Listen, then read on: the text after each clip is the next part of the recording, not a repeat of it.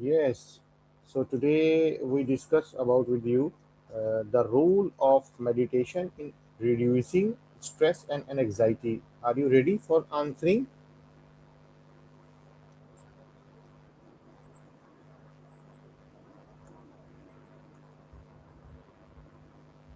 Okay.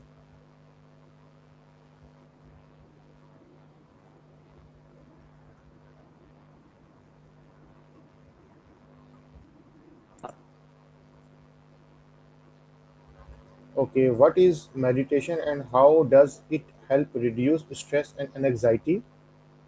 That's a great starting point. So, meditation is basically a practice where you focus your mind, often on your breath, a sound, or even just being present in the moment.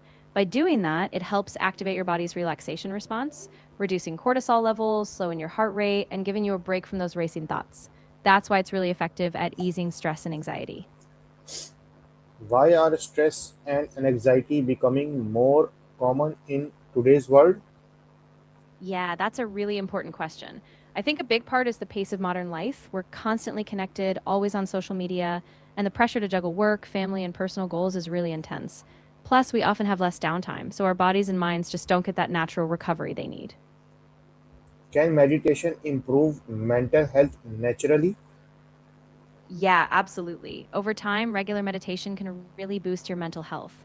It can improve your mood, help you feel more grounded, and even reduce symptoms of depression or chronic anxiety. It's like building a mental muscle. Just with a little daily practice, you get these long term benefits. What happens in the brain when a person meditates regularly? Ooh, that's a fascinating one. So, when you meditate regularly, studies show that areas of the brain, like the prefrontal cortex, which is linked to focus and decision making, actually become thicker. At the same time, the amygdala, which is tied to stress responses, tends to shrink. So, you get this overall balance more calm, more focus, and better emotional regulation.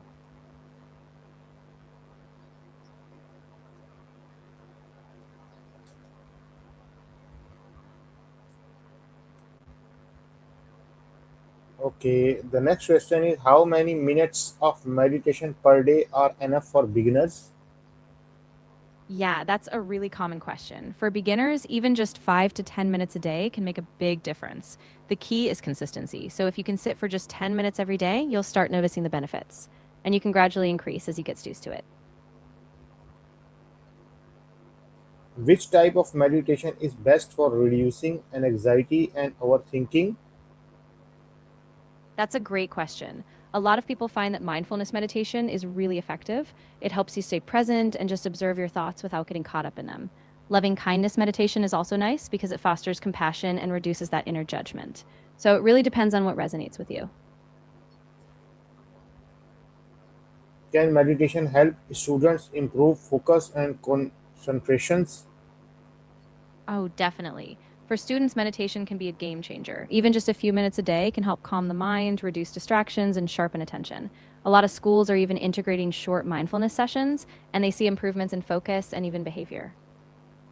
How does deep breathing during meditation calm the mind?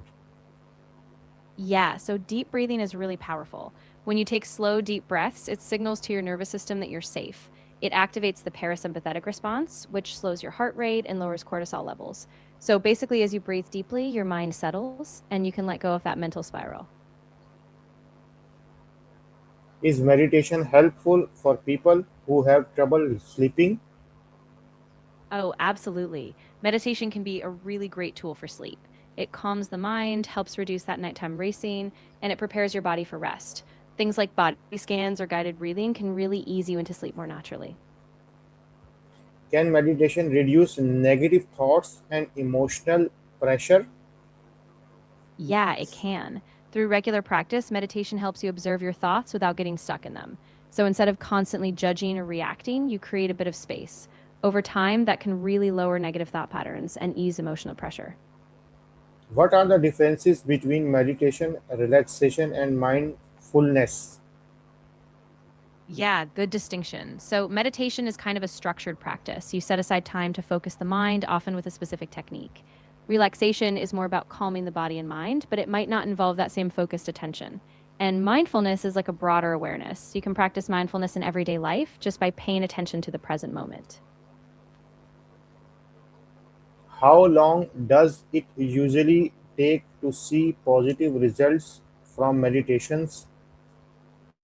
Yeah, it can vary from person to person, but a lot of people start noticing subtle changes in just a few weeks, like feeling a bit calmer or more focused. If you keep it up for a couple months, that's when the benefits really deepen, like better sleep, reduced anxiety, and improved mood. What mistakes do beginners commonly make while meditating?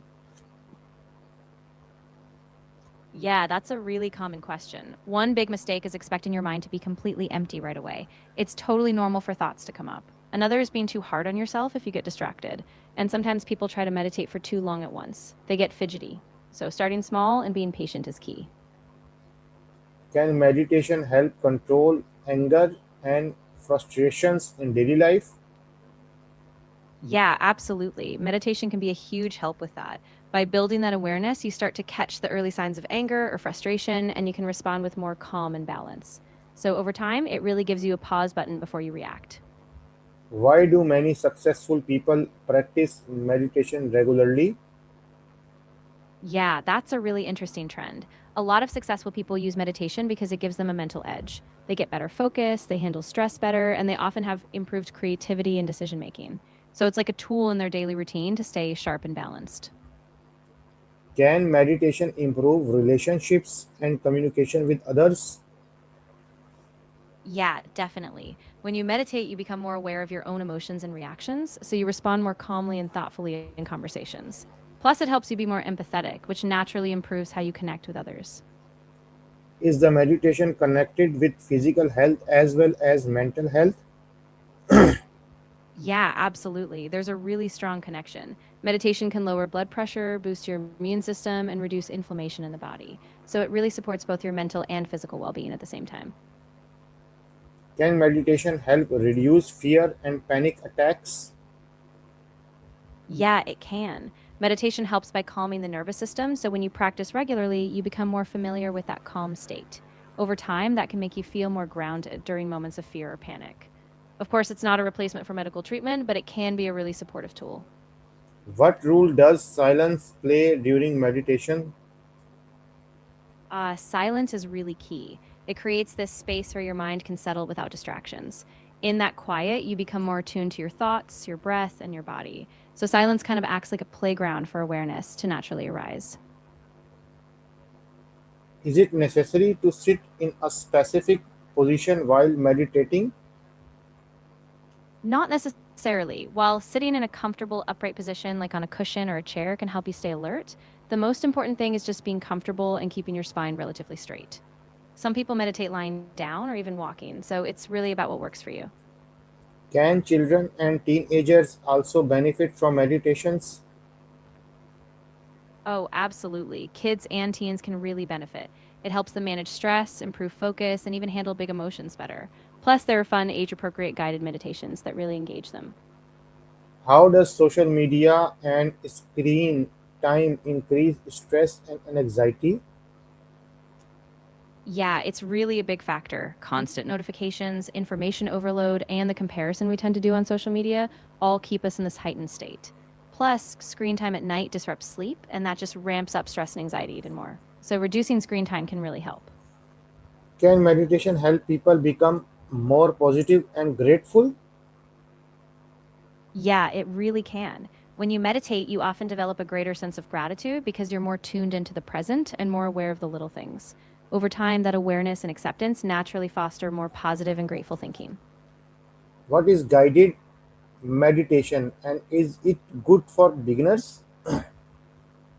Yeah, exactly. Guided meditation is when you listen to someone who leads you through the practice, like a recorded voice or app. It's really great for beginners because you don't have to figure out what to do. You just follow along and it helps keep you focused and engaged. Are there any scientific studies providing the benefits of meditation?